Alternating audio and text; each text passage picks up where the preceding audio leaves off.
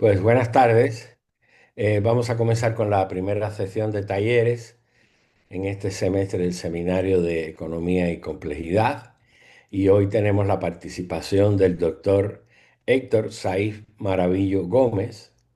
Él es doctor en matemáticas por la UNAM y maestro en ciencias con orientación en matemáticas por la Universidad Autónoma de Nuevo León, licenciado además en Sociología por la UAM Xochimilco y egresado de la licenciatura de Economía de nuestra facultad, de la Facultad de Economía de la UNAM. En el ámbito profesional ha trabajado como analista sociopolítico en el laboratorio de datos Intelite. Actualmente, su área de investigación es el desarrollo y la aplicación de herramientas matemáticas en problemas sociales y económicos. Esto incluye la aplicación de métodos de optimización, ciencia de datos, teoría de redes y geometría computacional en el estudio de ciudades, cadenas globales de valor y regionalización económica. Del 2024, perdón, es profesor de tiempo completo del Departamento Académico de Actuaría Física y Matemática en la Escuela de Ciencias de la Universidad de las Américas en Puebla. El título de su conferencia, como ustedes pueden ver, es el teorema de Karush-Tucker, condiciones necesarias y suficientes para la optimización con restricciones. Le agradezco mucho al doctor Maravillo su apoyo en este caso y le cedo la palabra. Hola, buenas tardes a todos y todas. Muchas gracias por la invitación. Muchas gracias a Ricardo, a Rosy por la invitación. Mi plática va a consistir principalmente en la optimización con restricciones, particularmente el teorema de Karush-Tucker, que es importante en este ámbito, en este campo, y ligar esto al cálculo variacional. En el día de hoy, lo que tengo pensado es simplemente sentar las bases de cómo funciona la teoría de la optimización sin restricciones, cómo se derivan las condiciones de primer orden, de segundo orden, para poder determinar si tenemos un máximo o un mínimo de una función multivariable. Después ver una aplicación económica específica y luego, como nota, métodos de gradiente descendente, cómo esto se aplica en términos algorítmicos para encontrar funciones. Si en algún punto tienen alguna duda, hay algo que pase muy rápido o quieran comentar, sin ningún problema, pueden hacer comentarios o preguntas sin, sin inconveniente. Muy bien, bueno, en optimización sin restricciones, este es un problema que se ve en cursos básicos de cálculo. Si tenemos una función de una variable que va de los reales a los reales, entonces cuando decimos que un punto dentro de los reales es un máximo, a veces se le pone el adjetivo máximo global, si el valor de la función evaluada en ese punto es mayor o igual al valor de la función en cualquier otro punto, ¿no? En este caso de esta función f, pues por ejemplo, este punto x estrella o asterisco es máximo global porque al evaluar la función en ese punto, este valor es mayor a todos los demás valores que toma la función en todos los demás puntos o mayor o igual. Es decir, es por lo menos mejor que cualquier otro. Si esta desigualdad, esta de aquí, solo se cumple para un intervalo abierto que contenga a este X estrella, decimos que es un máximo local, como en este caso.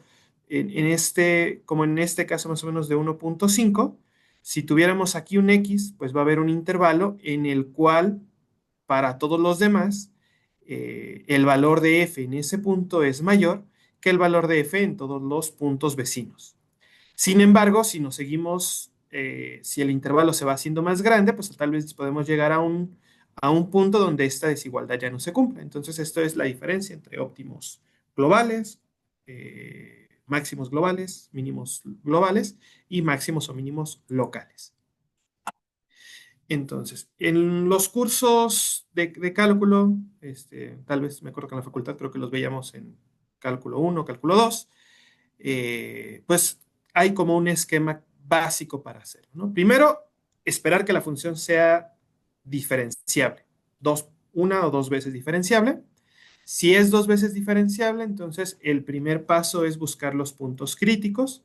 ¿Qué es lo que hacemos para buscar los puntos críticos? Calculamos la derivada de f y encontramos los valores x estrella en los reales, tales que al evaluar la derivada en esos puntos, eso se vuelve cero. Aquí como muestra, pues tenemos con esta función café, dejen algo la pantalla más grande, así. En f de café tenemos la derivada, entonces podemos ver cómo los puntos donde esta derivada cruza el eje cero, pues son justamente donde la derivada evaluada en el punto se vuelve cero, y entonces coincide con los máximos, con los mínimos de toda la función, ¿no? Por ejemplo, aquí este es un máximo local, un mínimo local, máximo local, mínimo global, este de acá, máximo global, y así sucesivamente. A veces ciertas funciones son puntosilla, entonces para poder definir si este punto crítico, si es un óptimo, lo que tenemos que hacer es calcular la segunda derivada de f y evaluar el punto que estamos considerando, el punto crítico dentro de esta segunda derivada. Si esto es negativo, entonces podemos afirmar que se trata de un máximo local. Por el contrario, si esto es positivo, sabemos que es un mínimo local.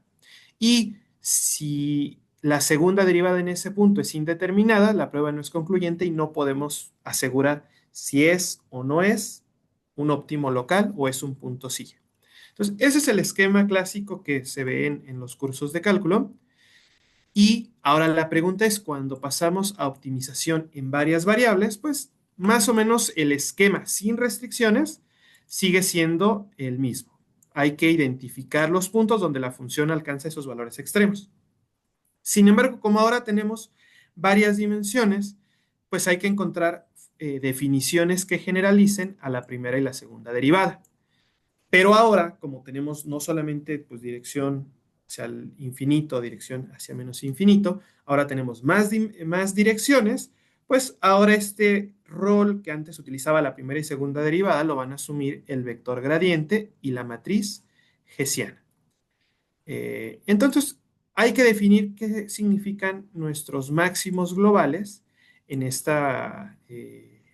este nuevo ámbito de optimización multivariada. Entonces, en este caso vamos a tener una función para diferenciarlas de las funciones de una dimensión. Le puse una f grande que va de un subconjunto U a los reales, donde es una función que va a tener n variables y cuyo dominio U es un subconjunto de Rn. Entonces, aquí puede ser cualquier subconjunto, no le estamos pidiendo ninguna particularidad de este subconjunto.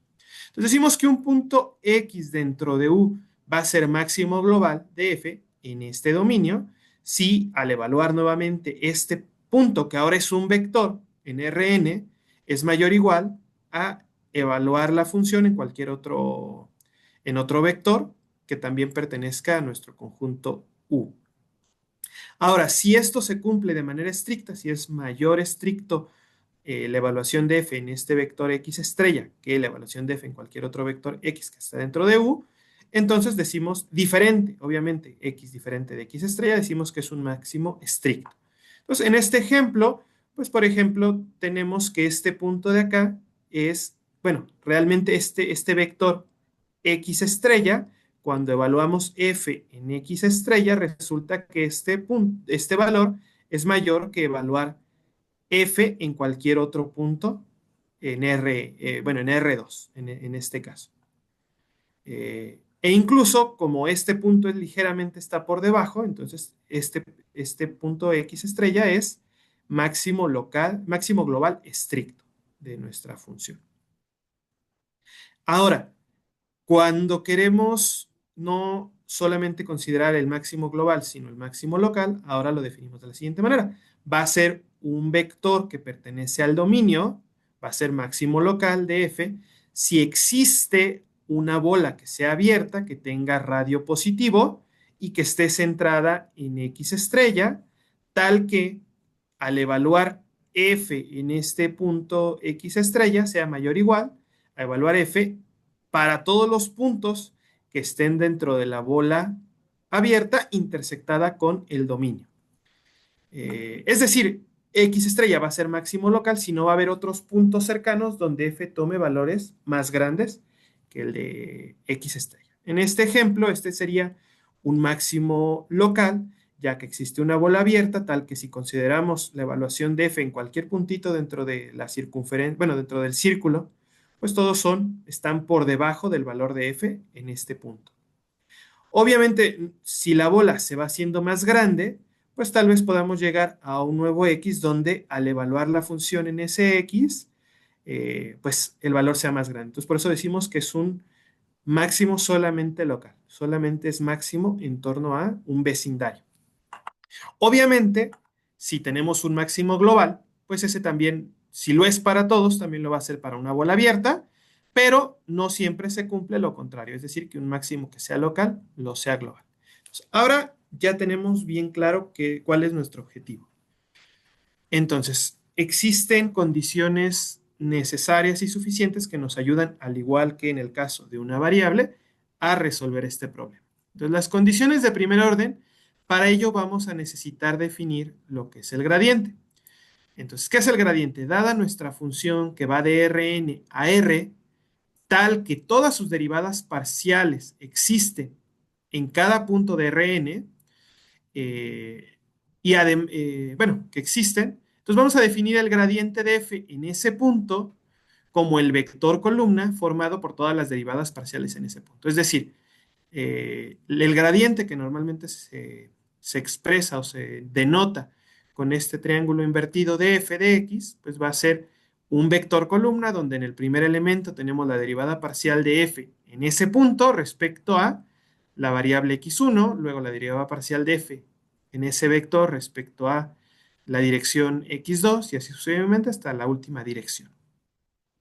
Aquí podemos notar que entonces el gradiente pues puede existir en todo x, en todo Rn, pero también podría haber puntos donde ese gradiente no esté definido.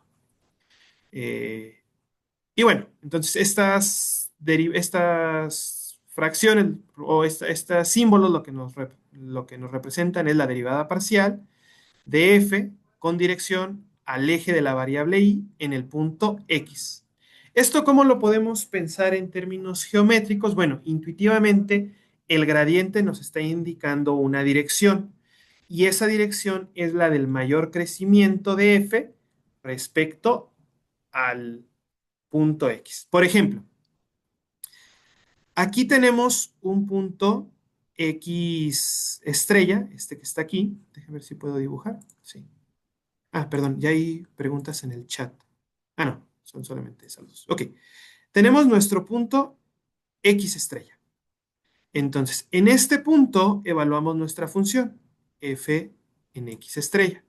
Y lo que nos indica el gradiente es una dirección. Entonces, como es una dirección, va a ser un vector que comienza en el origen y lleva a este punto.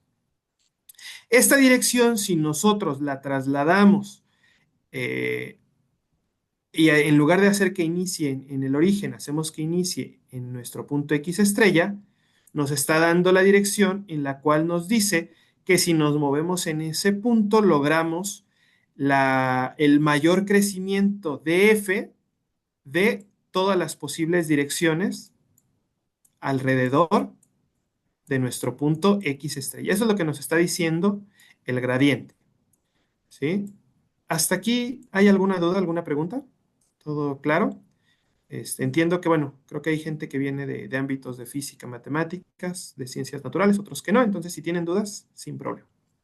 Entonces, bueno, el gradiente lo que nos está indicando es justo esa dirección hacia donde nos dirigimos para que nuestra función siga creciendo.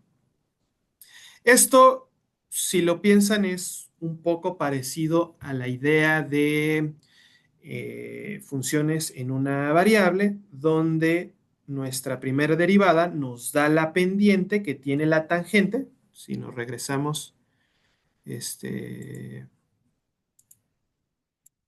acá está, dejen borro esto.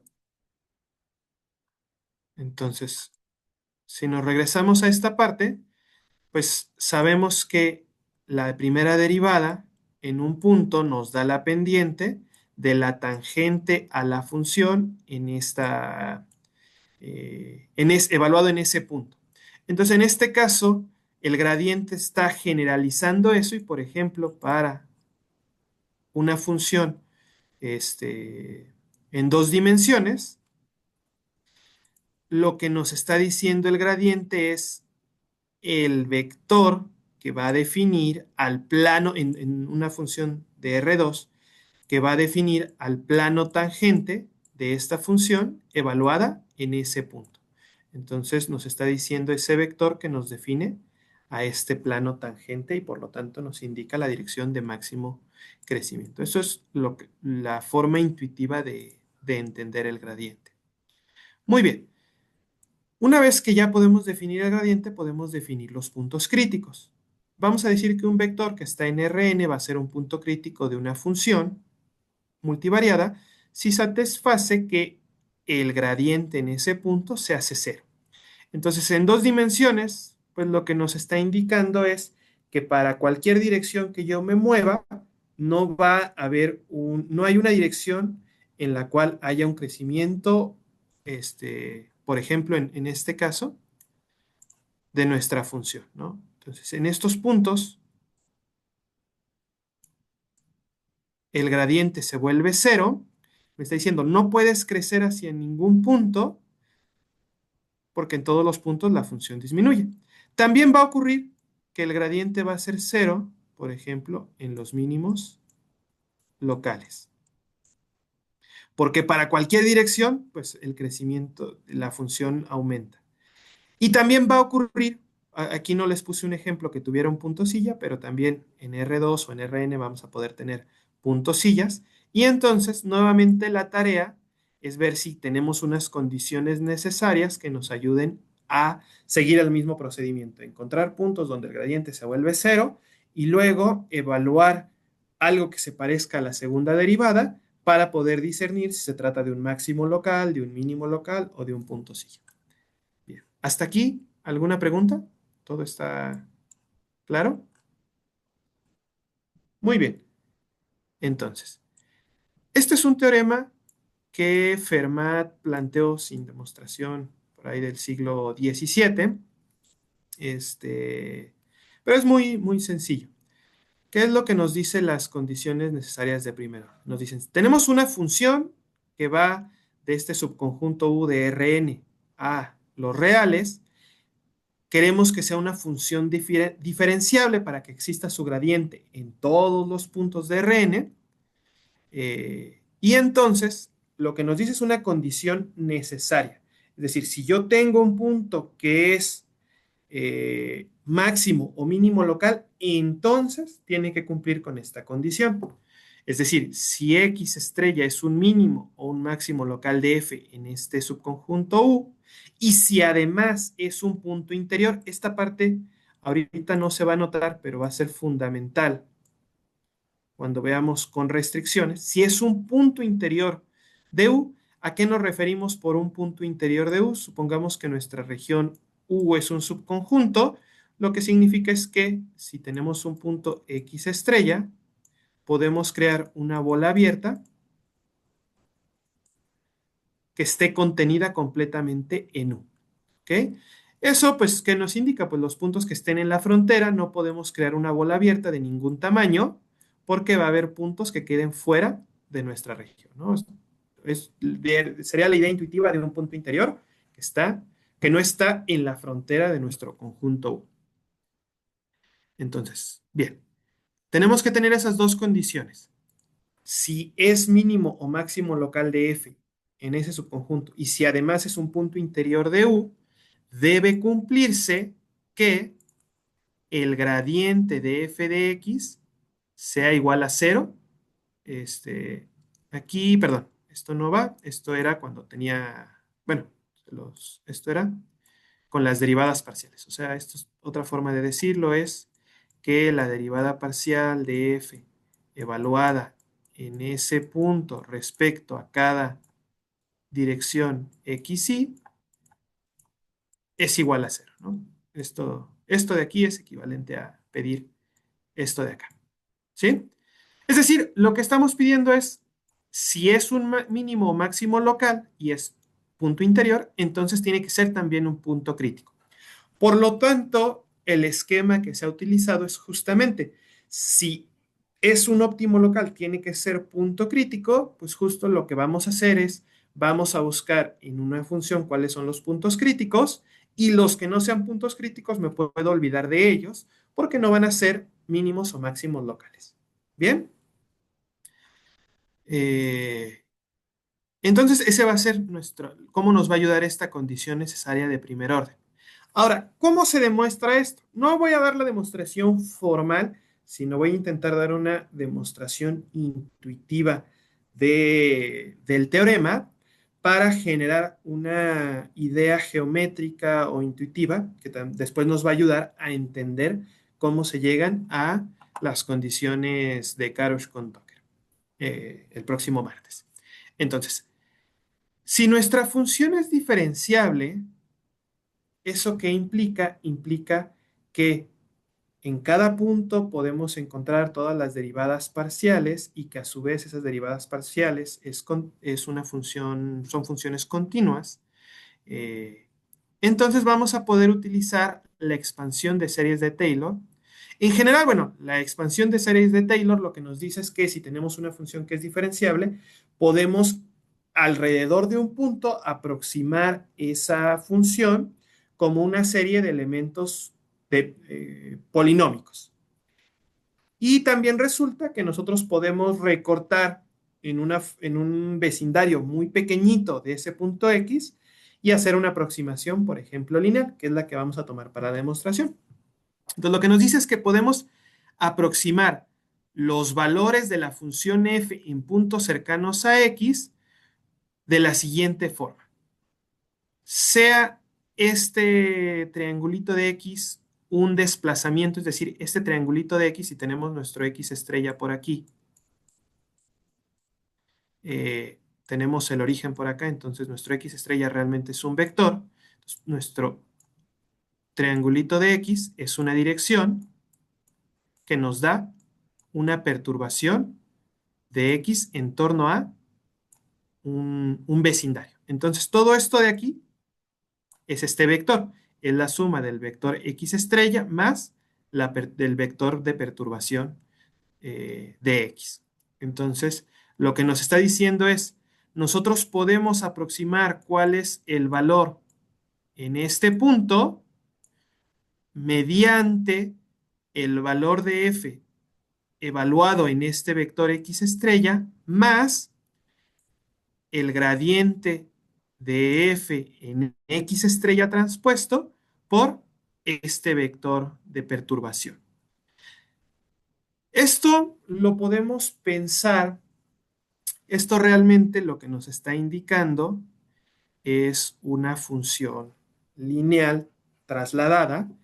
Este término nos da el centro de donde estamos trasladando y este término de aquí nos está indicando cómo crece los valores de la función en términos del gradiente y como el gradiente es un vector, es un vector constante, al menos en términos de x estrella, lo podemos pensar como un plano. Entonces nos está diciendo que aunque la función pueda ser algo curveada, alrededor del punto X estrella, nosotros vamos a aproximar sus vecinos simplemente moviéndonos en ese plano tangente, si estuviéramos en R2, ¿no? En ese plano tangente nos movemos en el plano y podemos aproximar cuál es el valor de la función en este punto vecino a X estrella.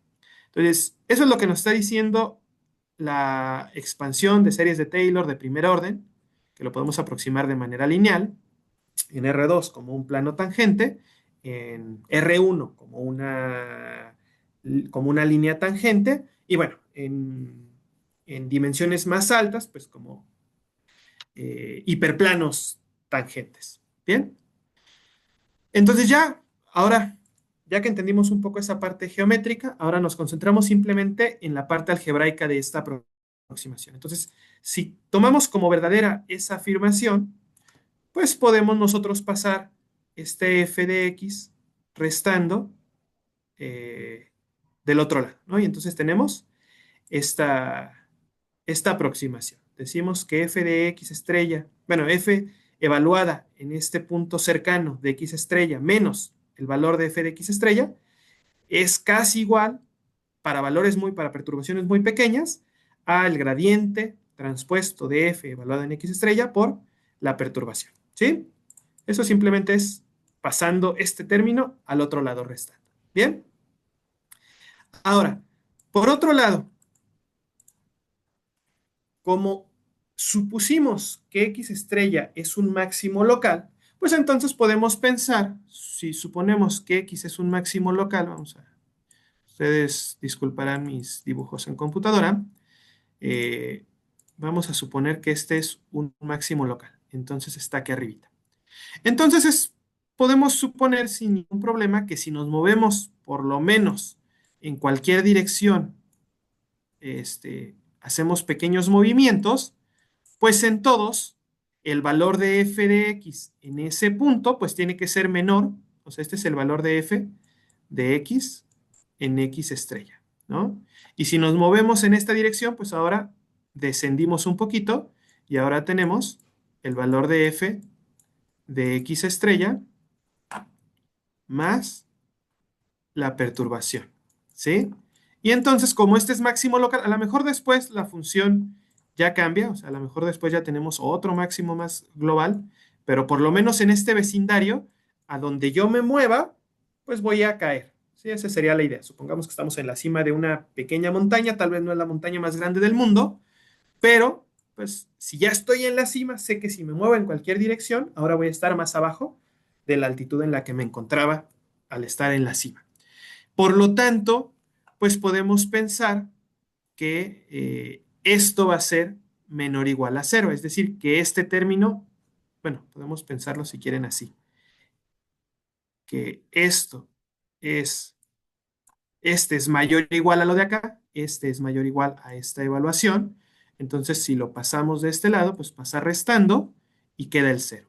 Entonces tenemos que se debe de cumplir, si este es máximo local, que f evaluada en este movimiento, en este pequeño movimiento, menos f evaluada en el punto máximo local, es menor o igual a cero.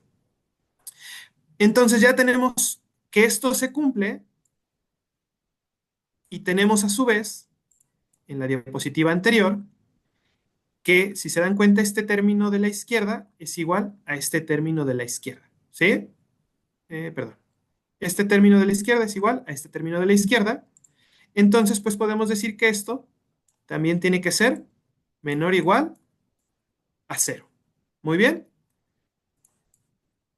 Entonces, eso es lo que estamos diciendo hasta el momento.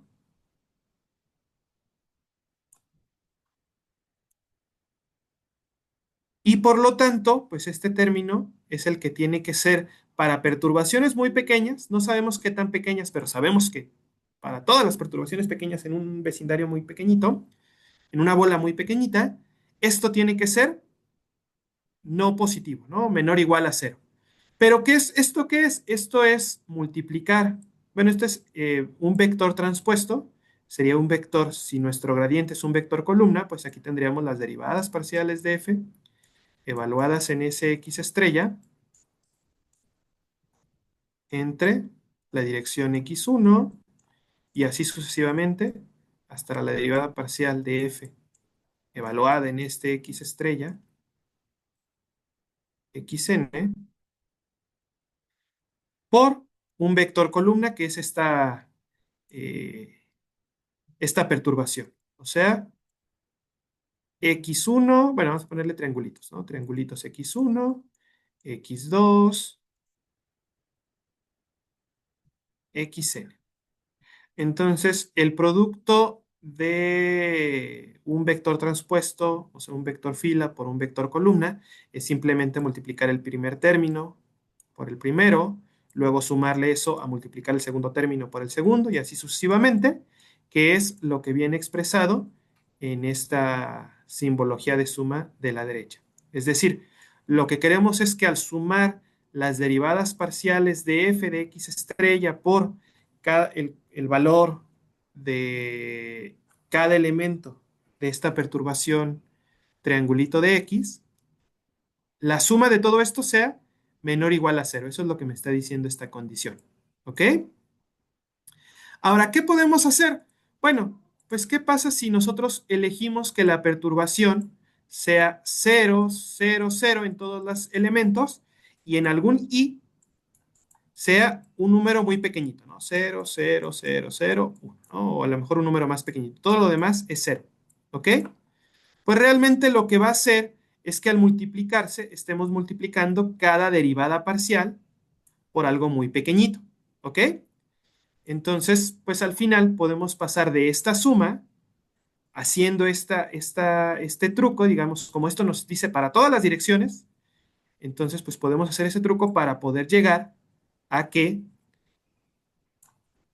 eh, esto se deba de cumplir, f de x,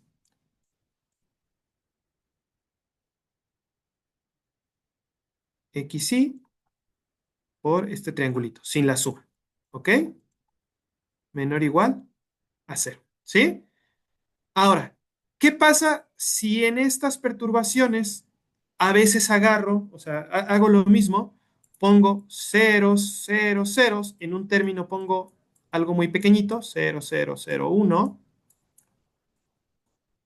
entonces este es un primer x. Pero tal vez ahora quiero que esto se debe de cumplir para otro x que sea exactamente igual, 0, 0, 0, 0, 0, pero aquí sea menos punto 0, 0, 1. Es decir, pequeña perturbación en esta dirección y pequeña perturbación en la dirección contraria. Entonces, esto se tiene que cumplir, esta condición se tiene que cumplir para esas dos perturbaciones, tanto la que va hacia un lado como la que va en el lado contrario. Y entonces, yo estoy queriendo que esta multiplicación sea menor o igual a cero. ¿Sí? Obviamente la perturbación tiene que ser diferente de cero, entonces estos términos siempre tiene que haber por lo menos uno que sea diferente de cero. Si yo me tomo que este de aquí, ese término sea algo negativo, pues para que esta multiplicación siga siendo menor o igual a cero, necesito que este término de acá sea positivo, ¿ok? Y si ahora me tomo este término, o sea, aquí sería el menos 0.001, pero si ahora me tomo este término que sea positivo, para que esta desigualdad se cumpla, pues ahora necesito que esto sea negativo. Entonces, utilizando ese truco de utilizar direcciones positivas y negativas en uno solo de los elementos del vector, lo que me lleva es a que esta derivada parcial en la dirección xy tiene que ser menor o igual a cero, pero también tiene que ser mayor e igual a cero. Bueno, si quieren, para que no, tiene que pasar estas dos cosas a la vez. Y la única forma de que estas dos cosas ocurran simultáneamente es que esta derivada parcial sea igual a cero. Pero eso ya vimos que pues, lo podemos aplicar para x igual a 1, para x igual a 2, para x igual a 3, hasta x igual a n. O sea que básicamente lo que le estamos solicitando es que esta derivada parcial sea igual a cero para todas las direcciones, o sea, para todas mis variables. ¿Ok?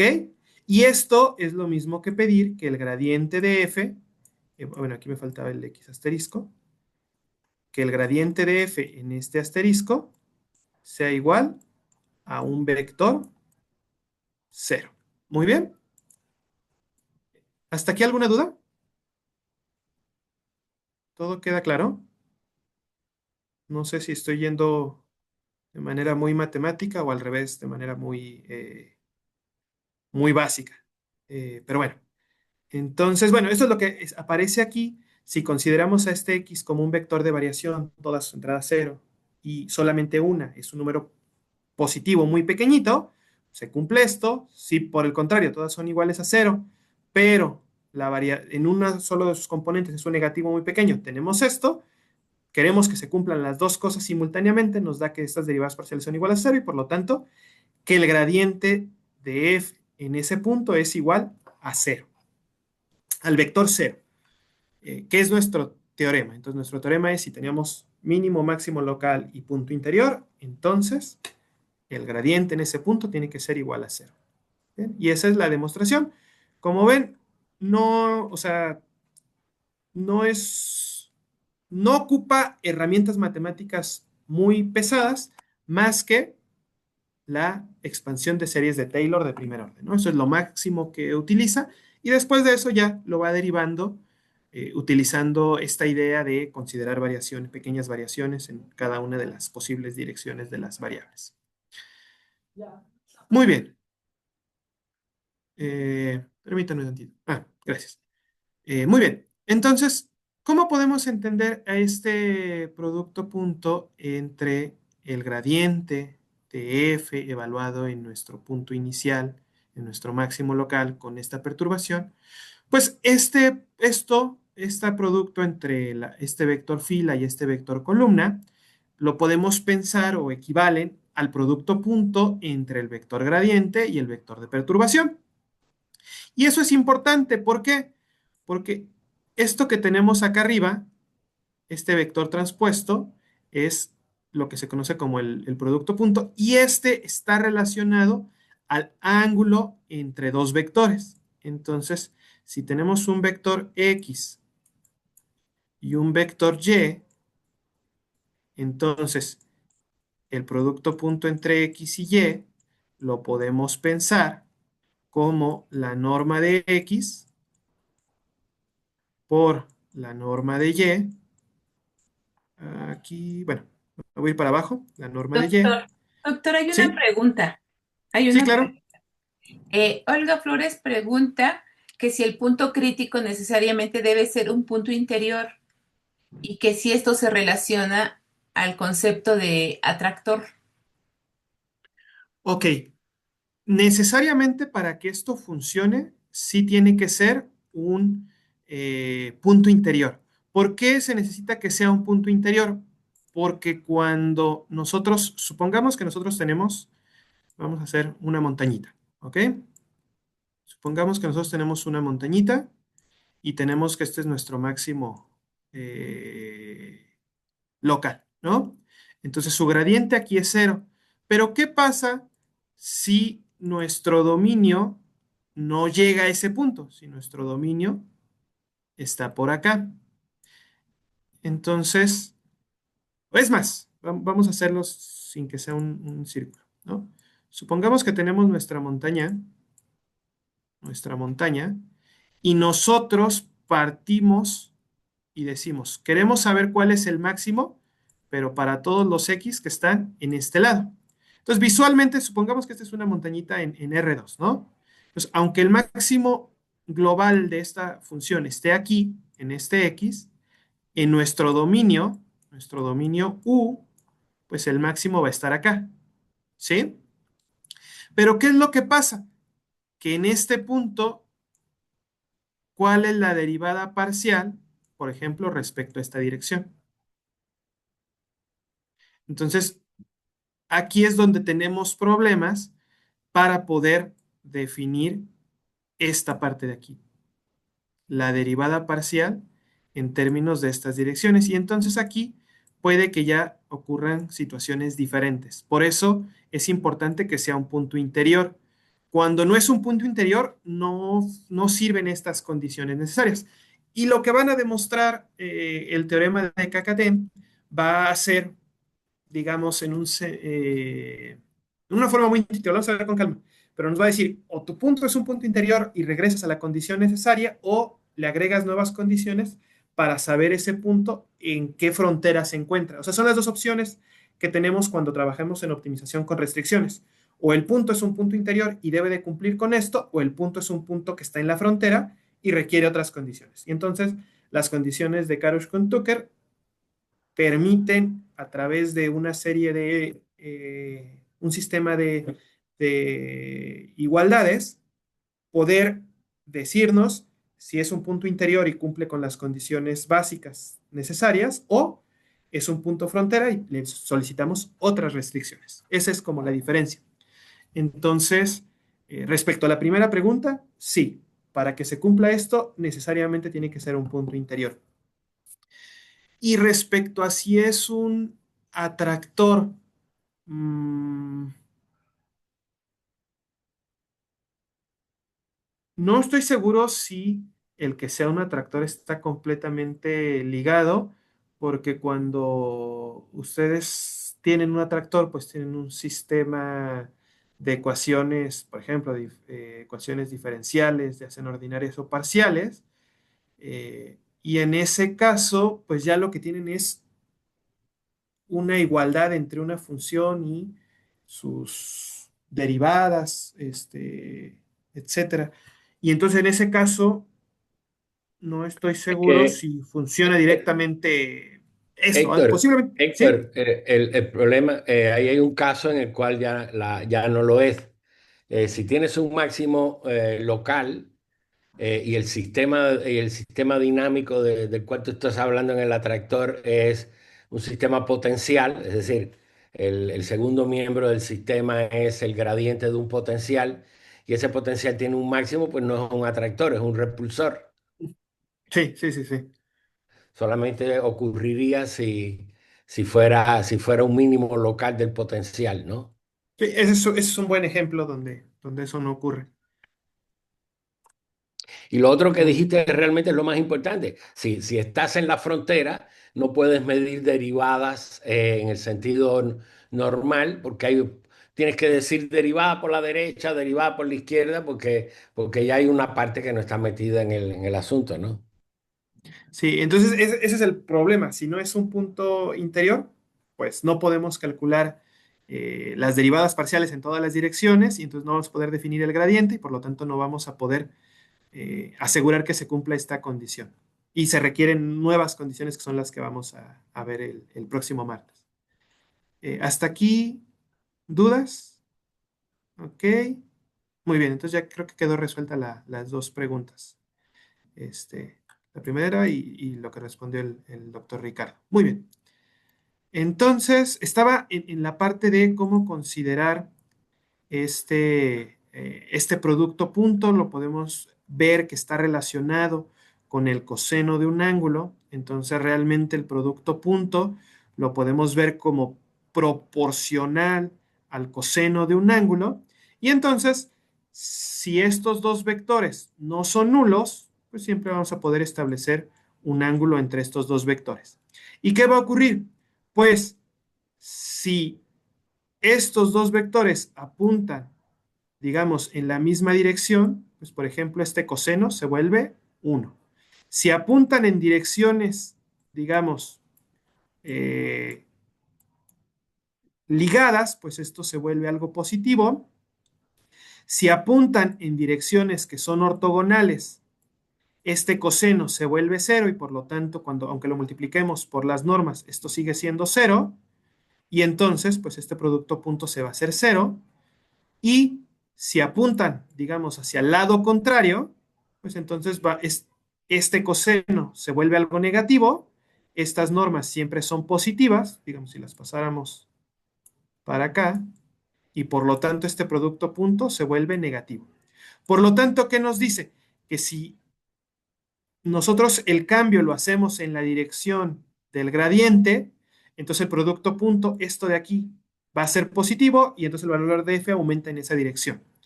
Si esta perturbación apunta en dirección opuesta al gradiente, entonces el producto punto va a ser negativo, es decir, si nos movemos en esa dirección, la función decrece, porque recordemos que tenemos esta aproximación de acá, y finalmente, si este producto punto es cero, indica que los vectores son ortogonales, es decir, que hacia esa dirección, pues la función permanece constante.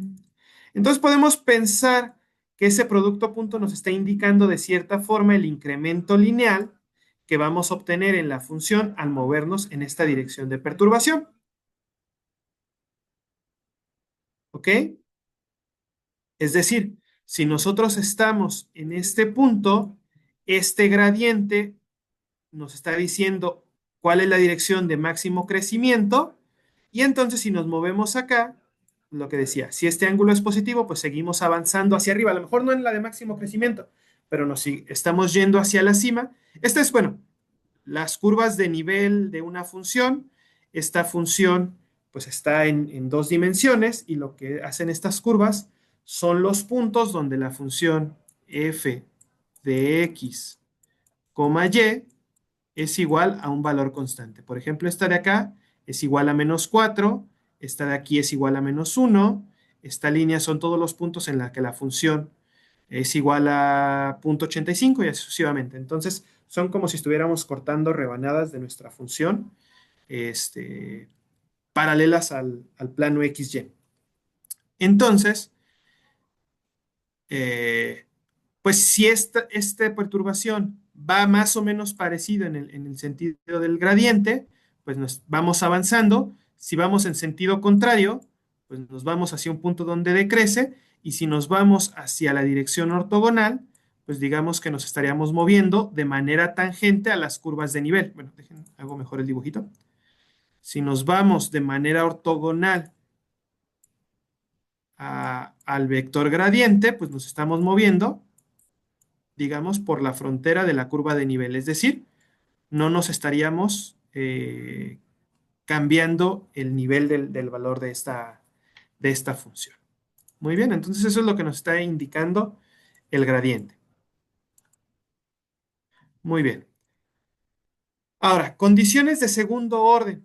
Para poder definir las condiciones de segundo orden es necesario recurrir a la matriz hessiana. ¿Qué es la matriz hessiana? Bueno, dada una función nuevamente multivariada que sea dos veces diferenciable, es decir, que existen sus derivadas parciales de segundo orden y que estas son continuas, en términos de punto X estrella, entonces podemos construir la matriz hessiana de F, que va a ser una matriz simétrica. Esto de la simetría se debe a que la función está en C2.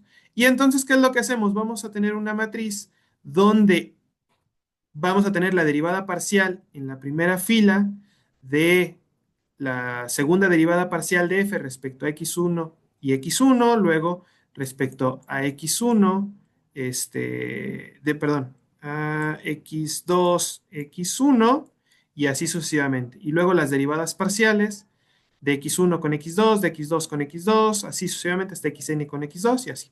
¿Bien? Entonces, esta intuitivamente lo que nos está indicando es la curvatura local de la superficie que es definida por F en torno a este punto X estrella. ¿Ok?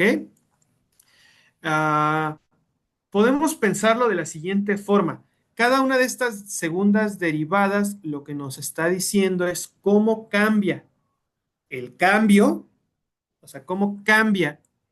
Calculamos primero la primera derivada, ¿no? Entonces, la primera derivada, por ejemplo, de f, la derivada de f evaluada en x estrella respecto a la dirección xy, nos dice cómo va a cambiar la función f si me muevo en dirección xy, o bueno, la dirección y, ¿sí? Y lo que me dice cuando calculo la segunda derivada parcial, bueno, respecto a un j, lo podemos pensar como todo esto respecto a esta segunda dirección. Entonces, ¿cómo cambia el cambio que ya calculé ahora respecto a la otra dirección? X, bueno, le puse X2, ¿no? Pero sería XJ. XJ. Entonces, nos está indicando de alguna forma, esa curvatura que tiene nuestra función. Bien, y aquí voy a recurrir a otras definiciones. Primero, las definiciones de matriz. Si tenemos una matriz que es simétrica de n por n, entonces decimos que es definida positiva si al hacer la multiplicación del vector transpuesto z por a por z, esto es mayor a 0, perdón, aquí es un z para cualquier z que sea diferente de 0, ¿ok? Esto es semidefinida positiva si es mayor o igual a 0. Vemos aquí que tenemos un vector transpuesto por una matriz. Esto de acá, vector transpuesto por una matriz, nos va a dar un nuevo vector transpuesto. Y cuando eso lo multiplicamos por este nuevo vector z, pues ahora sí nos da un número real, ¿no? Por eso estamos comparando con números reales. Entonces, es definida positiva si esto es mayor a, definida positiva si es mayor a 0, semidefinida positiva si es mayor o igual a 0, definida negativa si es negativa, semidefinida negativa si es menor o igual a 0, y es indefinida si esto es mayor a 0 para algunos vectores y menor a 0 para otros vectores. ¿Bien? Entonces, es claro que si nuestra matriz es definida positiva, también es semidefinida positiva, pero no necesariamente ocurre la parte contraria. Y lo mismo, si es definida negativa, también es semidefinida negativa, pero no lo contrario. Muy bien. Entonces, ¿cuál es la condición? Bueno, antes de eso me gustaría explicar un poquito las formas cuadráticas porque nos van a dar una idea de cómo eso lo utilizamos en las condiciones de segundo orden. Pues, una forma cuadrática en Rn va a ser una función real Q que tiene pues n variables de la siguiente forma, que es xy, la variable xy, una de estas variables por otra variable, a veces pueden ser la misma, y esto multiplicado por un coeficiente a y j, ¿sí? Esto, si nos damos cuenta, pues es simplemente una función polinomial donde cada monomio tiene un grado exacto a 2. Es decir, x1 al cuadrado por una x1 por una a11 más x1 por x2 por una a12, así sucesivamente para todos los pares y todos los que son al cuadrado. ¿Bien? Entonces, esa forma cuadrática la podemos representar o la podemos definir de manera única por una matriz simétrica A que tenga la siguiente forma. Es decir, esto de aquí, lo que vamos a hacer es los coeficientes que multipliquen a los xy al cuadrado, los ponemos tal cual, y los coeficientes que multipliquen, por ejemplo, xy por xj con y diferente de j, los dividimos entre 2 y los ponemos aquí. Y, perdón, aquí me faltó un medio, ¿no? Aquí y acá, ¿sí? Aquí y acá. Muy bien. Entonces, ahora una función o una forma cuadrática, una función que sea una forma cuadrática, pues la podemos definir como una matriz a la cual le multiplicamos el mismo vector transpuesto a la izquierda y el vector columna a la derecha. Y nos vuelve a devolver esta forma cuadrática. Entonces vamos a considerar el caso de dos dimensiones. Por ejemplo, nuestra forma cuadrática pues va a tener que tener la siguiente forma. Un coeficiente a multiplicado por x al cuadrado más un coeficiente b por y al cuadrado más un coeficiente c por x por y. Entonces su matriz tiene la siguiente forma. Aquí, B acá, un medio de C, un medio de C. ¿Ok? Entonces, dependiendo de los valores que tiene A, B y C, pues va a estar definida el tipo de forma que va a tomar o la superficie que va a tomar. Por ejemplo, si A y B son positivos, en este caso, por ejemplo, es 3 y 1, y C es igual a 0, entonces resulta que si yo le multiplico aquí, perdón, si yo le, bueno, lo voy a hacer acá abajito. Si tenemos esta matriz 3, que es la de esta función, 0, 0, 1, si yo multiplico por el vector z1, z2, y aquí z1, z2, pues lo que voy a estar haciendo es 3 por z1 al cuadrado, bueno, aquí les puse z, serían los x al cuadrado, más, esto nos da z2 al cuadrado. Este término de aquí es mayor o igual a 0, este término de aquí es mayor o igual a 0. Solamente son ceros cuando estamos en el origen, por lo tanto, todo esto de aquí es mayor a 0 para todo x, y diferente de el vector 0, 0. Perdonen que no ponga los paréntesis, pero dibujo un poquito mal. Entonces tenemos que esta matriz es definida positiva y lo que nos está dando es pues como, no sé cómo llamarlo, esta forma que va hacia abajo, este paraboloide hacia abajo, y vemos que pues solamente va a tener un mínimo global, ¿sí? Y entonces esto también nos ayuda para memorizar que si es definida positiva está relacionado a mínimos, si es definida positiva está relacionada a mínimos, por el contrario, bueno, y de hecho, si es definida positiva está, si nos damos cuenta, no solamente es un mínimo local, sino es un mínimo estricto, no hay otro punto que sea mínimo local. Entonces, si es definida positiva ligada a mínimos estrictos. Por otro lado, si hay besos negativos, como en este caso menos 2, o sea, en este caso la matriz sería menos 2, 0, 0, menos 1, entonces esta matriz va a ser definida negativa y en este caso definida negativa está ligado a máximos locales estrictos.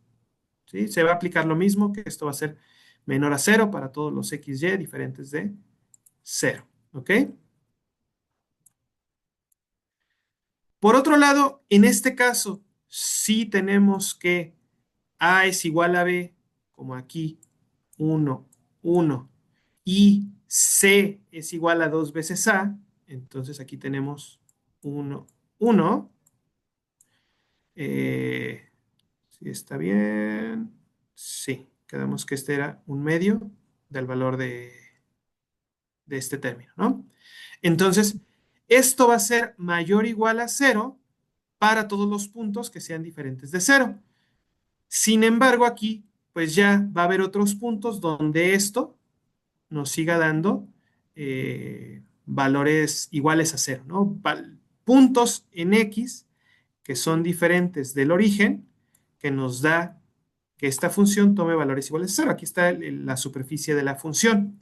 Entonces, en este caso, que se hace mi definida positiva, está ligado con mínimos locales que no necesariamente son estrictos como en este caso. O sea, este es un mínimo local, pero si nos seguimos en esta dirección, todos los que están aquí son mínimos locales. Oye, Héctor, ¿Sí? los exponentes cuadráticos que están dentro del paréntesis Sí. sobran ahí, ¿no? Sí, sí, sí, sí, sí. Una disculpa. Aquí sobran estos y estos. Así. Ahí sería. Muy bien. Entonces, semidefinido, nuevamente, definido positivo ligado a mínimos locales, bueno, mínimos estrictos, semidefinido positivo ligado a mínimos locales, que no necesariamente son estrictos, definida negativa a máximos estrictos, semidefinida negativa a máximos, no necesariamente estrictos. Muy bien. Y cuando tenemos matrices que son indefinidas, es decir, que al multiplicarlas por ciertos vectores son positivas, pero por otros vectores son negativos, como en este caso, por ejemplo, aquí es 1, 1 y aquí es 2, 2, ¿no? Y en este caso va a haber valores para los cuales al multiplicar z transpuesto a la izquierda y z a la derecha, esto sea positivo. Por ejemplo, si ponemos pues simplemente vectores donde, ¿qué será bueno? Bueno, pues acá creo que los podemos ver. Pero podemos encontrar este tipo de vectores donde en algunos puntos esto nos va a dar positivo y va a haber otros vectores donde esto nos va a dar negativo. Entonces, esta matriz es indefinida y esto va a estar ligado cuando la matriz está indefinida a que haya puntos silla. Muy bien. ¿Hasta aquí alguna duda? Bien. Entonces, continuando. ¿Cuáles son las condiciones necesarias de segundo orden? En este caso, nuevamente, tenemos una función Rn. Ahora estamos pidiéndole que esta función sea dos veces diferenciable, cuyo dominio sea un conjunto abierto. Aquí ya le estamos pidiendo más cosas. Ya no le estamos pidiendo que solamente sea un subconjunto de Rn, ahora le estamos pidiendo que sea un conjunto abierto. Supongamos que este X estrella es un punto interior de U. Como es un conjunto abierto, pues todos los puntos van a ser interiores, ¿no? Eh, y que sea, vamos a suponer que es un máximo o mínimo local de F. Entonces, aquí, perdón, bueno, sí, entonces se debe de cumplir la condición que ya teníamos, es decir, que este X estrella sea el vector cero y por otro lado, queremos que el hessiano de F evaluado en este X estrella sea una matriz semidefinida negativa para el caso de un máximo o semidefinida positiva para el caso de un mínimo local. ¿Qué es lo que intuitivamente estamos diciendo? Estamos diciendo, supongamos que tenemos esta función dos veces diferenciable y que está en un dominio que es un conjunto abierto. Entonces, si tenemos un máximo o un mínimo, pues bueno, ya sabemos que su gradiente en ese punto tiene que ser cero, pero también lo que nos está diciendo es que la curvatura tiene que parecerse a una de estas cosas, ¿no? Si es un máximo, la curvatura alrededor de ese punto tiene que comportarse como semidefinida negativa, y si es un mínimo, alrededor de ese punto tiene que comportarse como semidefinida positiva. Es más o menos lo que nos está intuitivamente diciendo esta condición necesaria. Si es un mínimo, pues tendría que ocurrir que la curvatura, pues para todos los lados caiga, si es un máximo, o viceversa, para todos los lados crezca cuando es un mínimo. ¿Ok? Entonces eso es lo que nos está diciendo esta condición. ¿Cómo se demuestra? Bueno, esta se demuestra de manera muy parecida a lo que se hizo en la primera condición de primer orden. Si la función es dos veces diferenciable, entonces vamos a poder aproximar f alrededor de este x estrella mediante una función cuadrática que es la expansión de series de Taylor de segundo orden. Es decir, el valor de, tenemos nuestro origen, tenemos nuestro punto x estrella, y si nos movemos en esta dirección, vamos a tener x, déjenme, lo hago más para acá. Tenemos nuestro vector x estrella y por acá tenemos el vector x estrella más la perturbación de x. Entonces lo que nos está diciendo es que alrededor de una vecindad vamos a poder evaluar la función en todos estos puntos, aproximándola mediante una función cuadrática. Entonces, la serie de Taylor de primer orden nos decía, aproxima la función en ese punto por un hiperplano tangente, y en este punto lo que nos está diciendo es aproxima la función por una función cuadrática que tenga, pues, ¿qué formas puede tener la función cuadrática? O es una silla, o es esa parábola hacia abajo, o es la parábola hacia arriba, o es esa forma como de taquito hacia arriba o hacia abajo, ¿no? Son como las posibilidades que tiene. Entonces lo que nos está diciendo es, pues vamos a aproximarla por alguna de esas posibles, bueno, eso es en dos dimensiones, ¿no? Pero por una de estas formas cuadráticas, eso es lo que está haciendo este término. Este término, como es lineal, lo que va a hacer es, digamos, inclinar nuestra forma cuadrada, o sea, digamos que en dos dimensiones tenemos nuestro paraboloide hacia abajo, ¿no? Esto es lo que nos dice la forma cuadrática de la derecha. Este lo que va a hacer es, pues, rotarla en cierta dirección, y esto lo que va a hacer es trasladarla hacia un punto. Entonces estamos aproximando nuestra función alrededor de un punto como esta forma cuadrática, con esta forma cuadrática de segundo orden o esta serie de Taylor de segundo orden. Entonces también podemos nuevamente esperar que se cumpla que para perturbaciones muy pequeñitas, pues este término, o sea, podemos esperar que para perturbaciones muy pequeñitas, f de x estrella sea mayor o igual a f de X estrella más esta perturbación, ¿no? Podemos esperar, perdón, así. Podemos esperar que esto ocurra si suponemos que es un máximo. Entonces, si pasamos esto a la izquierda, pasa restando, y entonces vamos a tener nuevamente, como este pasa restando, queda el 0, y como este tenemos la aproximación, que esto nuevamente tiene que ser menor o igual a 0. ¿Ok? Entonces, ¿qué es lo que viene acá abajo? Ahora, dado que también asumimos que este es un punto crítico, que es lo que tenemos acá, lo acabamos de derivar por la primera expansión, o sea, nos olvidamos del segundo término, llegamos a que esto es igual a 0, que es un punto crítico, entonces, pues este término en esta desigualdad va a desaparecer, y entonces lo que queremos es que esta condición sea menor o igual a 0. Pero si esto es menor o igual a 0, como esto es positivo, pues simplemente basta con considerar este término.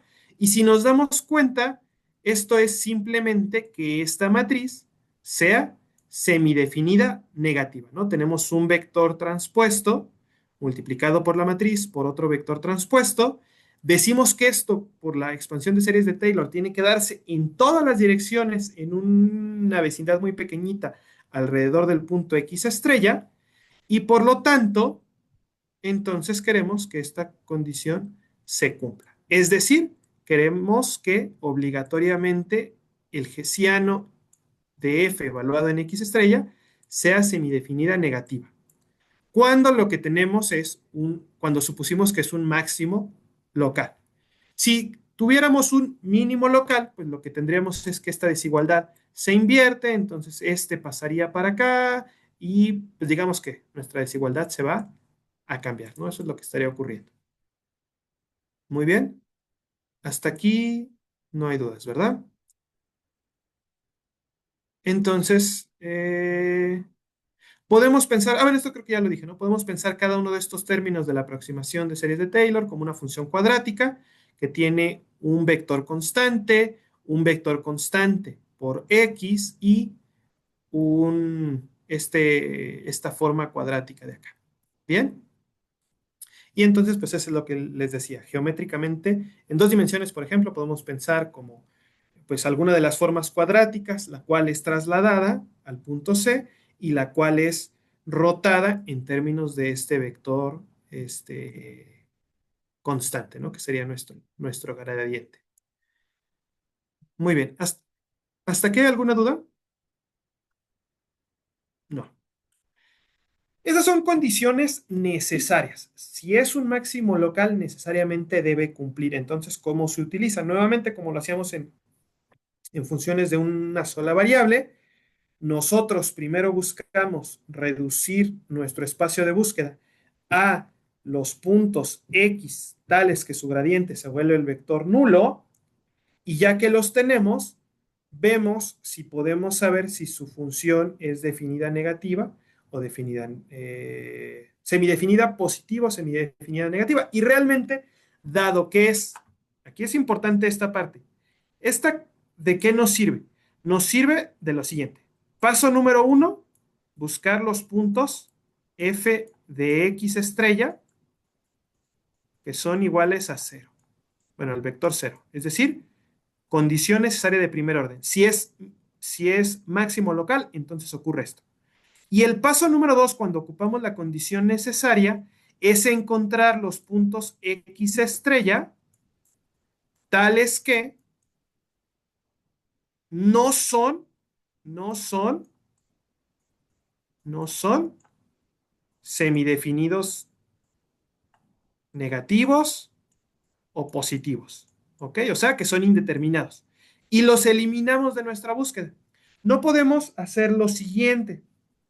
O sea, estas condiciones nos dicen, si es un mínimo local o máximo local, se cumple esto, pero no nos dicen lo contrario. Es decir, si encontramos un punto que su hessiano sea semidefinido negativo, entonces ya sabemos que es un máximo local. Eso no nos dicen las condiciones necesarias.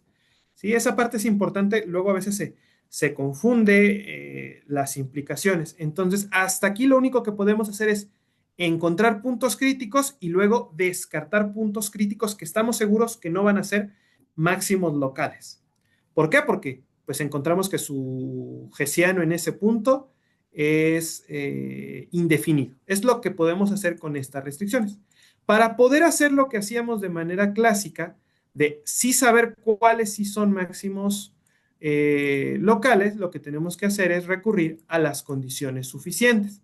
Las condiciones suficientes lo que nos dicen es, si tú tienes una función que es dos veces diferenciable, cuyo dominio es un conjunto abierto, y supón que este es un punto crítico, o sea, encuentra los puntos críticos, entonces, si el hessiano evaluado en ese punto es definido negativo, aquí ya no le estamos pidiendo que sea semidefinido, definido negativo, entonces ya podemos asegurar que es un máximo local estricto. Si es definido positivo, ya podemos asegurar que es un mínimo local estricto, y si es indefinido, entonces podemos asegurar que no es un mínimo ni un máximo, sino que es un punto silla. ¿Ok? Si se dan cuenta, aquí pasa. ¿Y qué pasa si yo puedo demostrar que esto es semidefinido negativo, pero no puedo demostrar que es definido negativo? Pues entonces no puedo demostrar que es o sea, no puedo asegurar si es máximo local o mínimo local. ¿Bien? Hasta aquí queda claro las condiciones suficientes. Entonces, con esta sí podemos hacer. ¿Qué hacemos? Paso número 1, encontrar puntos críticos donde su gradiente evaluado en ese punto se vuelve el vector nulo. Y 2, evaluar si el hessiano en ese punto es una matriz definida negativa o positiva para saber si es máximo o mínimo local estricto. O si es indeterminado. El único punto difícil es si nos encontráramos que fuera semidefinida negativa o semidefinida positiva, porque ahí hay que encontrar nuevas formas de saber qué tenemos. ¿Ok? ¿Hasta aquí dudas? ¿Cómo se hace esta demostración? Esta demostración, lo que estamos asumiendo es que es definida negativa y tenemos que derivar que x es un punto máximo. Entonces, ¿qué hacemos?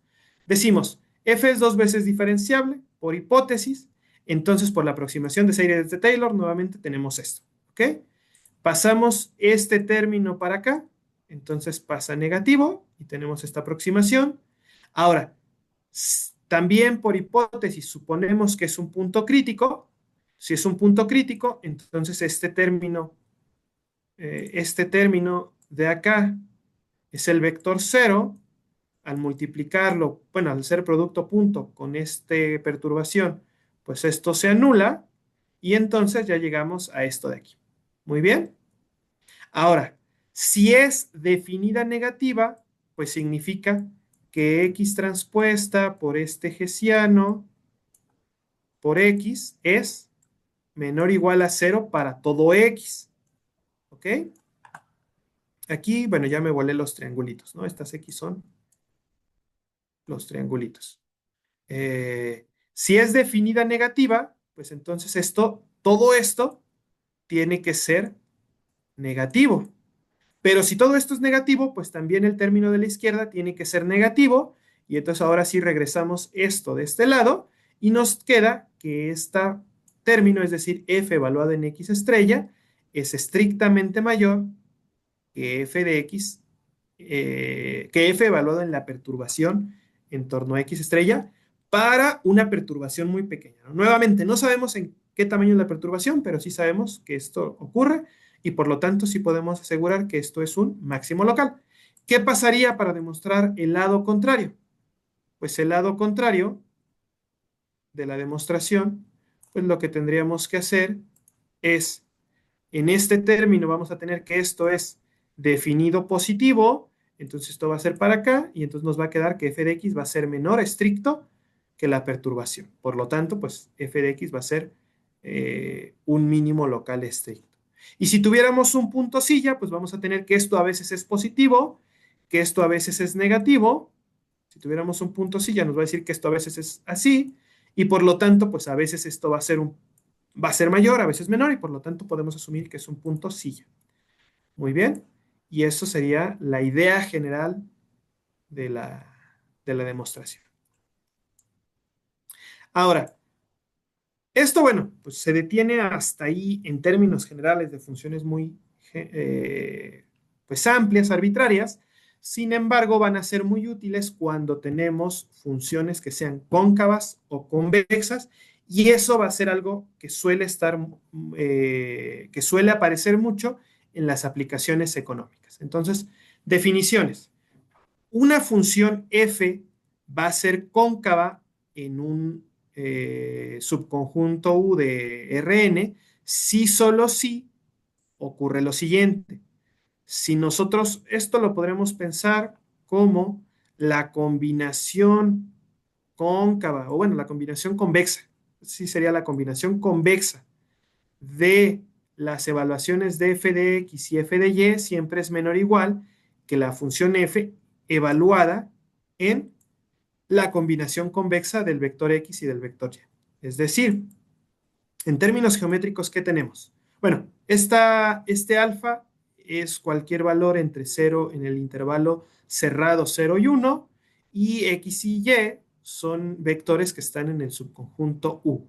Entonces, por ejemplo, esta función es cóncava porque nosotros, este de aquí es f de x, este de acá es f de y esto de aquí, bueno, nuestro vector x, nuestro vector y. Entonces, este término, la combinación convexa entre dos vectores, nos va a representar cualquier punto que está en la línea recta que los une.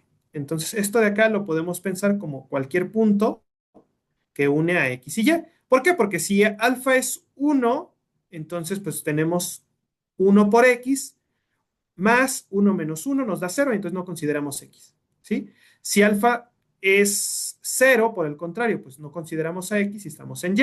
Si alfa es algo muy pequeñito, pues vamos a considerar un poquito de x más un poquito de y. Entonces lo que están haciendo las sumas es irnos llevando a todos los puntos que están en la línea recta que unen a x y y. Entonces lo que queremos, lo que nos dice es que la función va a ser cóncava si al evaluar la función en un punto que está en la combinación convexa entre x y y, este punto, su evaluación es mayor que el valor que le corresponde a la combinación convexa entre f de x y f de y. O sea, a esta intersección entre estas dos líneas. Muy bien. Eso, bueno, pues en R1 sí como que son claras las funciones cóncavas, y entonces es como la generalización a Rn, y las funciones convexas pues pasa lo contrario, ¿no?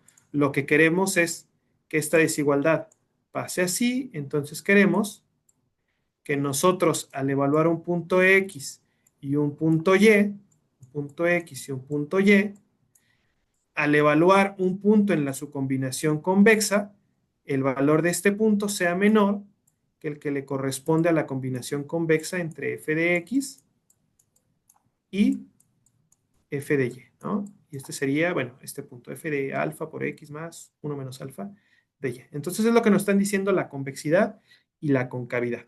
Muy bien.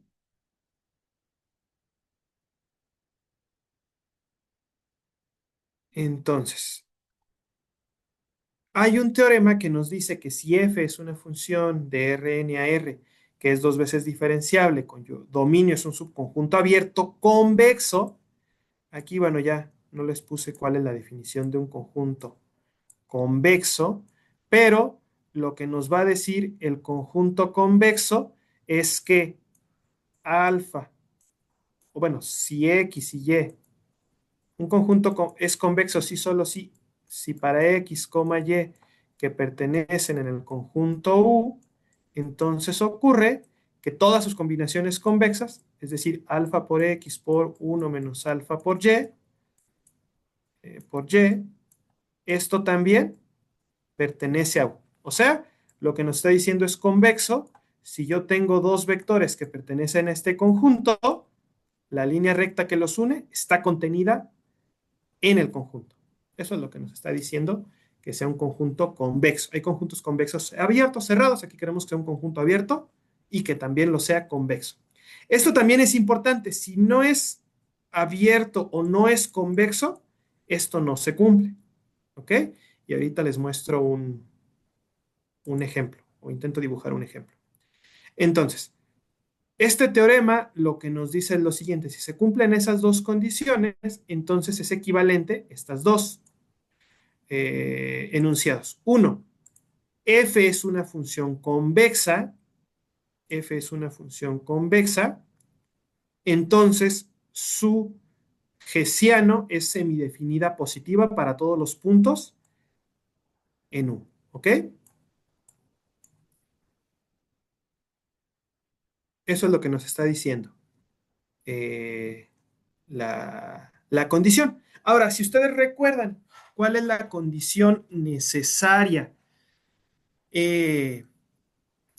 La condición necesaria de segundo orden nos dice que si tenemos un mínimo local, entonces su hessiano debe de ser semidefinido positivo. Entonces, ahora podemos utilizar esto para pensar que la condición nos dice, si tenemos un mínimo local, entonces alrededor de ese punto, la función tiene que comportarse como una función convexa. Eso es lo que nos está diciendo. En un subconjunto abierto convexo, la función se tiene que comportar como una función convexa. Y del lado contrario, si f es una función semidefinida, bueno, es una función cóncava, entonces su hessiano en todos los puntos debe de ser una semidefinida negativa. Y esto es importante porque ya tenemos que nuestra condición suficiente nos pide que si tenemos un punto y ese punto, bueno, aquí ya no lo puse, pero hay otras funciones que son funciones cóncavas estrictas, convexas estrictas. En este caso lo que cambia es, esto sería una función cóncava estricta, una función convexa estricta, y entonces podemos utilizar las condiciones suficientes en funciones cóncavas o convexas para encontrar mínimos o máximos. Es decir, si la función es cóncava y nosotros encontramos un punto que sea un punto crítico y la función es cóncava estricta, sabemos que ese es un máximo global de la función.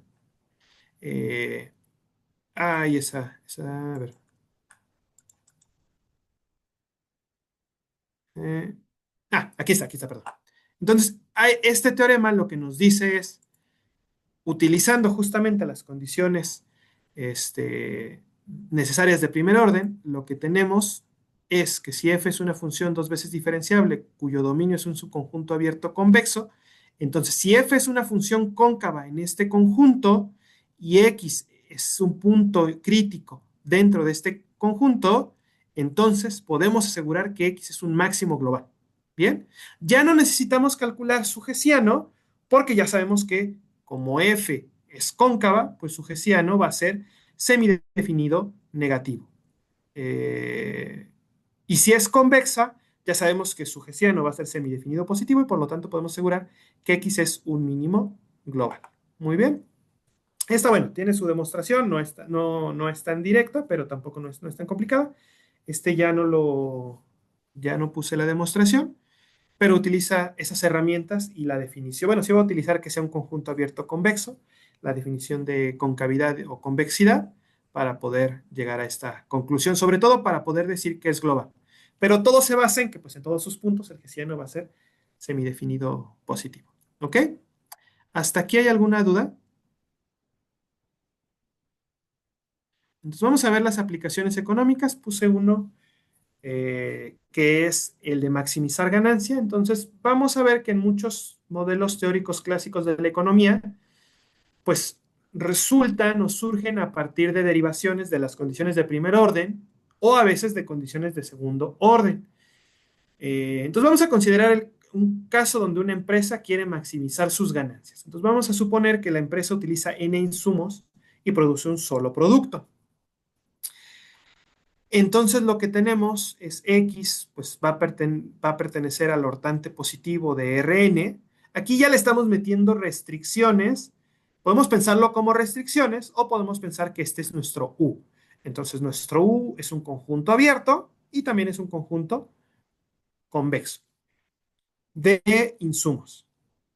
Sea Y igual a una función G de producción donde nosotros metemos insumos, n insumos, y nos devuelve la producción.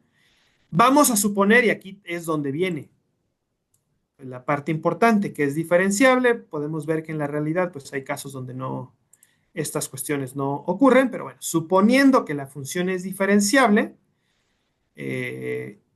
y sea P el precio de venta de este producto, del producto que surge, entonces los ingresos de la empresa son, los podemos ver como una función R, que es simplemente el precio del producto por nuestra función de producción. O sea, ¿cuánto producimos? Aquí metemos insumos, G de X nos da un número, cuántos objetos de nuestro producto hicimos, y lo multiplicamos por el precio. Y estos son nuestros ingresos.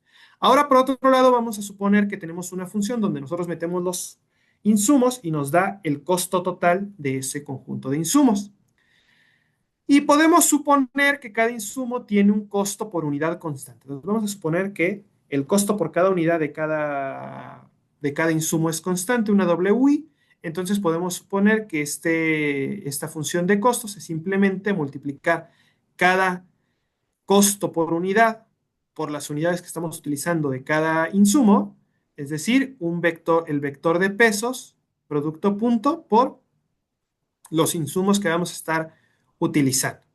Por lo tanto, la ganancia para un conjunto de insumos específico es simplemente los ingresos menos el costo de utilizar esos insumos. Los ingresos que obtenemos por utilizar esos insumos, que nos dan la producción y luego por el precio, menos ese costo.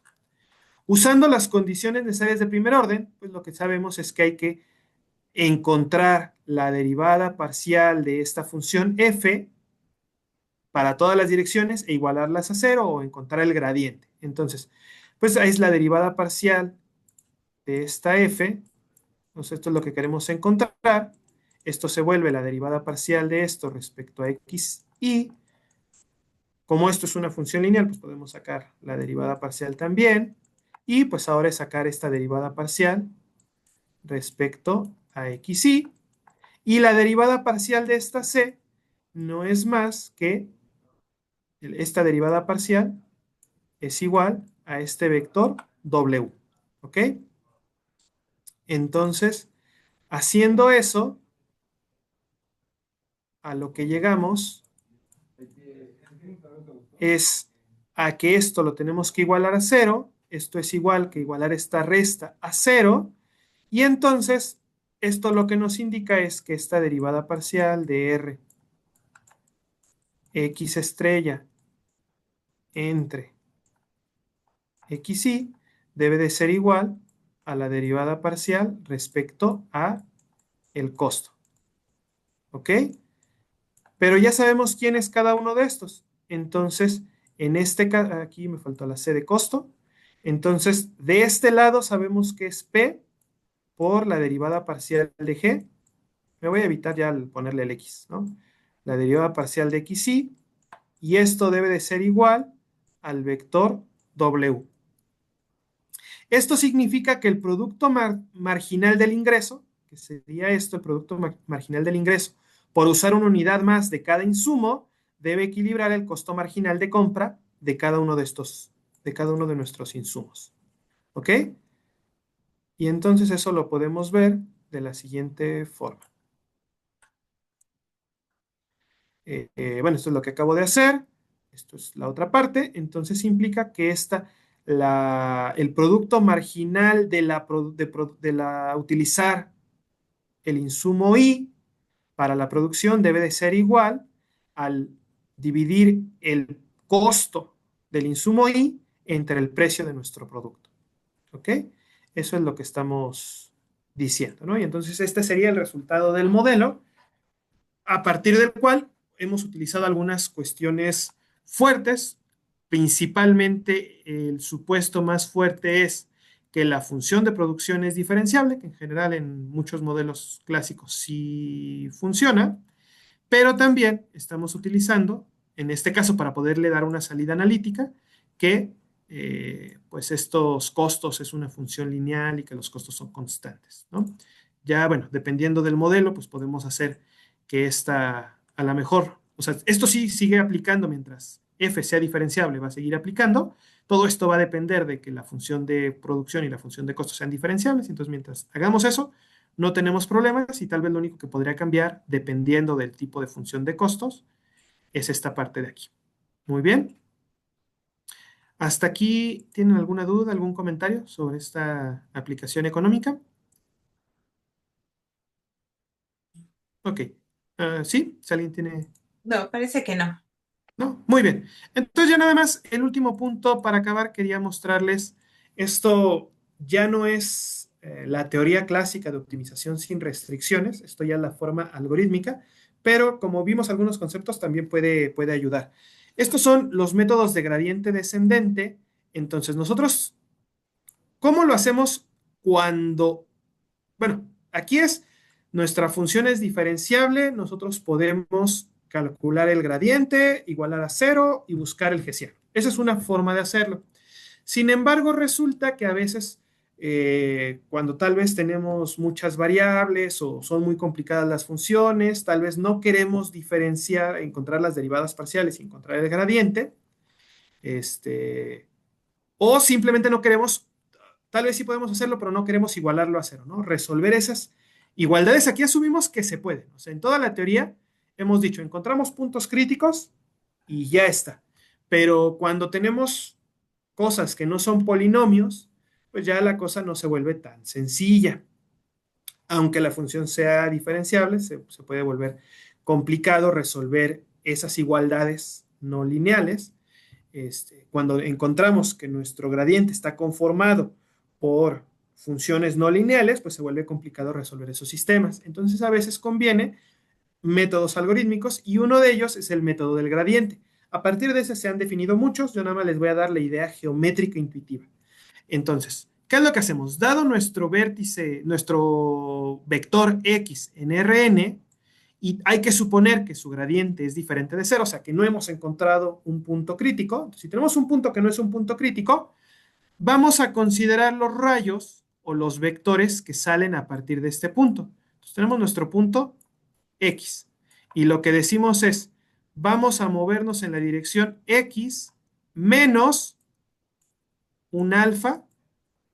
Aquí lo podemos pensar como más el negativo del gradiente. Es decir, aquí esta documentación está hecha para buscar el mínimo local, pero igual pues, podríamos cambiar el signo para el máximo local, ¿no? Pero entonces supongamos que queremos buscar el mínimo.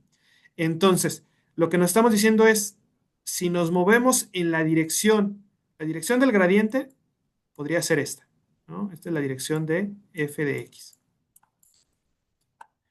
Si nos movemos un tamaño de paso alfa en la dirección contraria al gradiente, pues en lugar de movernos en la dirección de máximo crecimiento, nos estamos moviendo en la dirección de mínimo crecimiento o de máximo de crecimiento, si lo quieren ver así.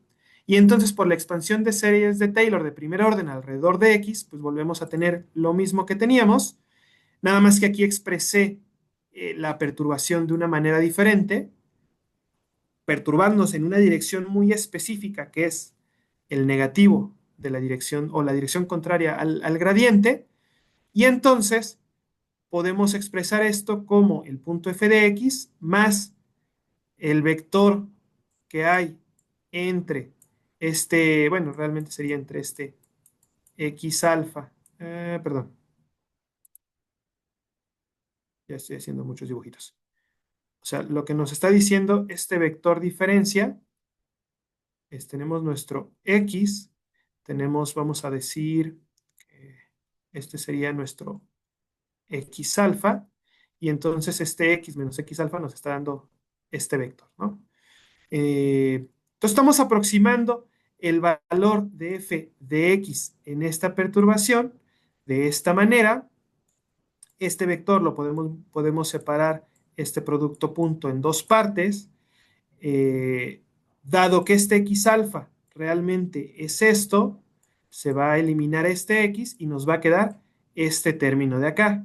Ahora, el producto punto de un vector consigo mismo es igual a su norma, entonces esto equivale a decir que la aproximación de f evaluada en este x alfa es igual a f en el x original menos alfa por la norma al cuadrado.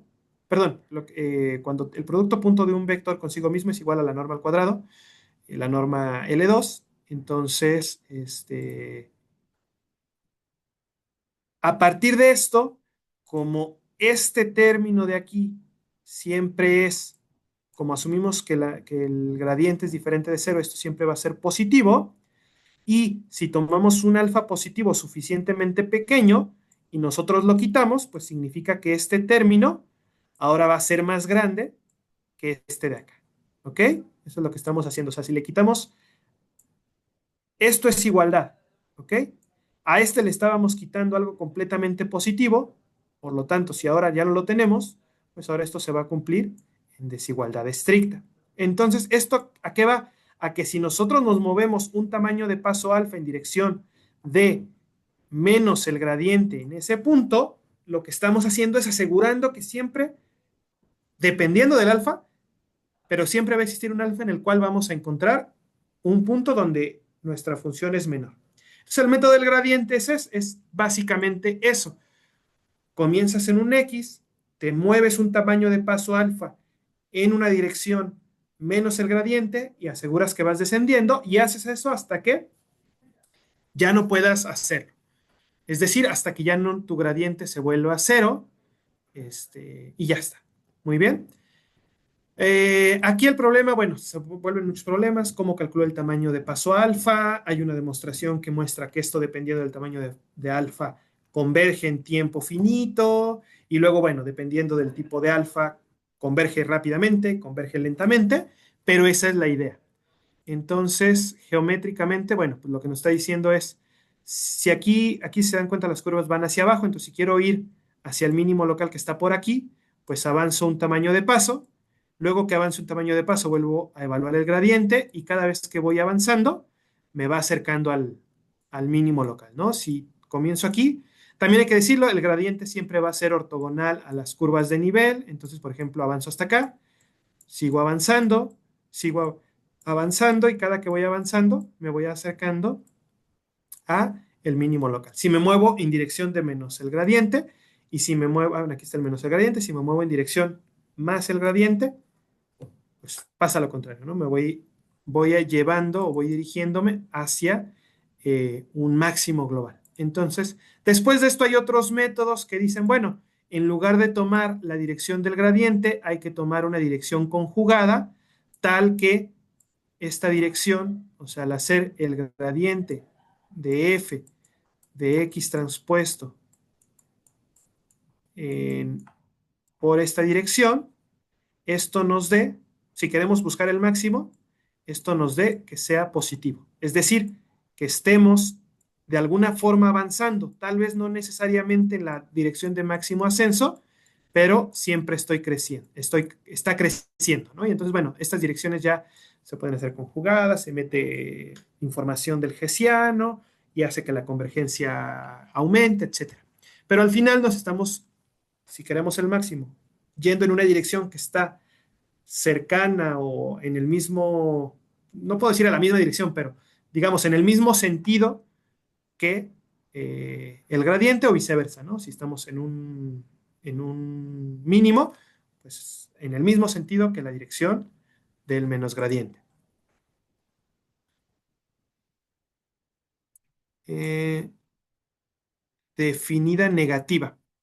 Sí, sí, sí, sí. En este caso no me acuerdo cuál es la función, pero sí por las curvas de nivel, pues todo parece indicar que la función tiene una forma muy extraña, este, pero que tiene una... Bueno, en este caso, como tiene un mínimo global, que va a ser este puntito, entonces lo que nos está indicando es que esta función es convexa y por lo tanto su hessiano en todos los puntos, si fuera convexa, sería definida, semidefinida positiva en todos los puntos. ¿Sí? Los números negros. Ajá. Aquí es porque todos van, todos, o sea, estos piénsalo como una cuenca. Si fuera al revés, si fuera una montañita, sí sería definida negativa, que supongo que era como lo estabas viendo, ¿no? Como una montaña. Entonces, esas ganancias, pues sí nos diría que la función es cóncava y por lo tanto su matriz es semidefinida negativa en todos los puntos.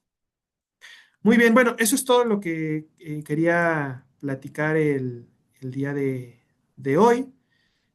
Voy a dejar de compartir. Si tienen dudas, vuelvo a compartir, pero igual para vernos.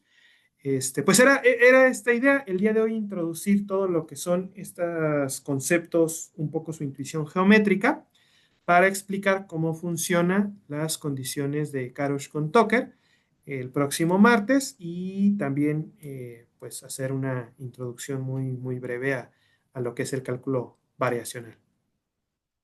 Muchas gracias, doctor. Bueno, preguntas, comentarios en el chat. Em, Igual retroalimentación, no sé si fui muy rápido, muy lento, muy técnico o viceversa, muy poco técnico. no veo manos. Eh, Mm, eh, Muy técnico. muy Ok, técnico. va. Entonces intento hacerlo un poquito más intuitivo en las condiciones de Karosh con Tucker, Sí, este, estaría bien, sí. para que se entienda mejor.